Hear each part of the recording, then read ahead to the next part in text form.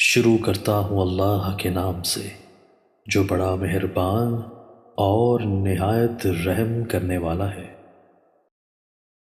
حضرت عبداللہ بن عمر رضی اللہ تعالیٰ عنہ بیان کرتے ہیں،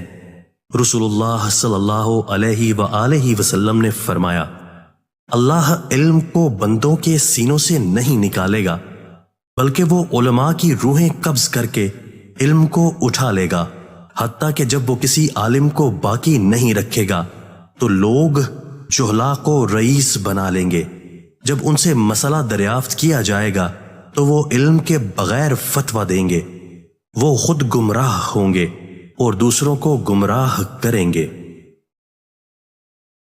حضرت عقبہ بن عامر رضی اللہ تعالیٰ عنہ بیان کرتے ہیں، رسول اللہ صلی اللہ علیہ وآلہ وسلم نے فرمایا، جو مسلمان وضو کرتا ہے اور وہ اپنا وضو اچھی طرح کرتا ہے پھر کھڑا ہو کر مکمل توجہ کے ساتھ 2 رکعتیں پڑھتا ہے تو اس کے لیے جنت واجب ہو جاتی ہے۔